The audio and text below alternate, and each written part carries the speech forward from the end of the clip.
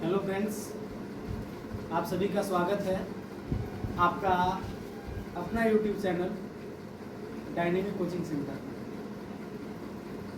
आज हम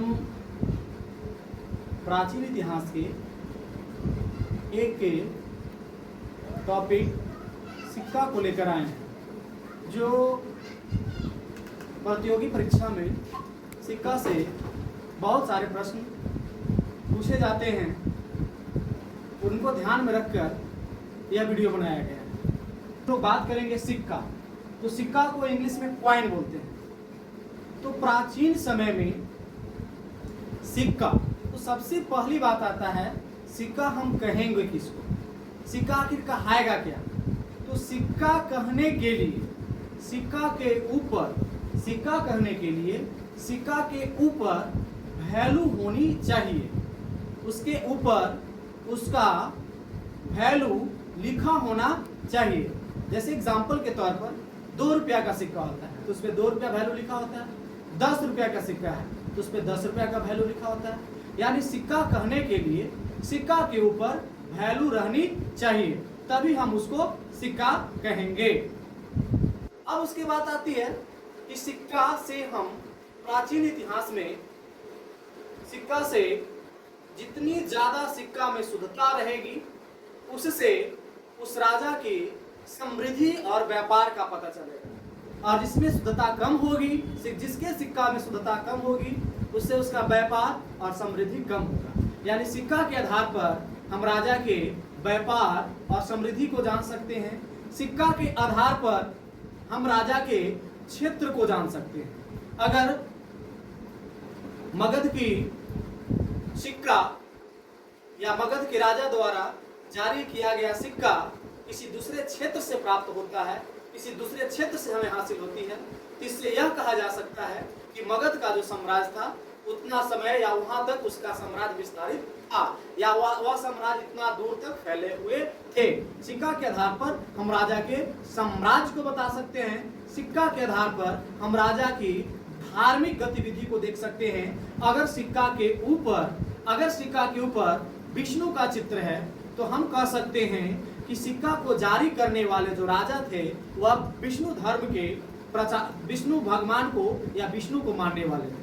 अगर सिक्का के ऊपर शिव का या भगवान शिव का चित्र अंकित है तो हम कह सकते हैं उस सिक्का को जारी करने वाले राजा शिव के भक्त थे।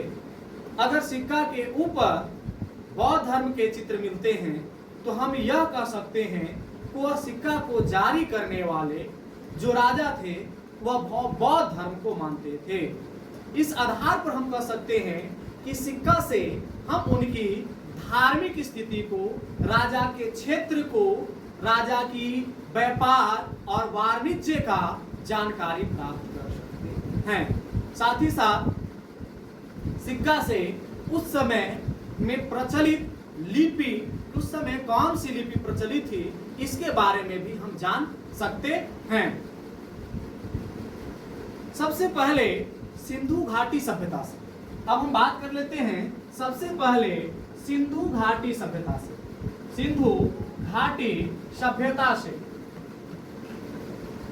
सबसे पहले सिंधु घाटी सभ्यता से मोहर का प्रचलन था। यानी सिंधु घाटी सभ्यता में मुहर थी, सिंधु घाटी सभ्यता में मुहर थी। लेकिन विद्वानों का मानना है कि सिंधु घाटी के सभ्यता का जो मुहर था वह मुहर मुद्रा नहीं था। यह कुछ विद्वानों का कहना है कि जो सिंधु घाटी सभ्यता में उस समय जो मोहर प्रचलन में थी वह मुद्रा नहीं थी।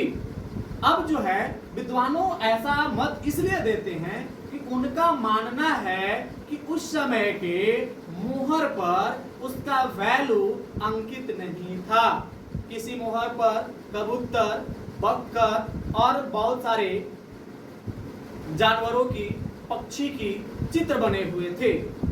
अब यह जानकारी नहीं मिल पाई है कि आखिर कौन से मोहर का कितना वैल्यू है।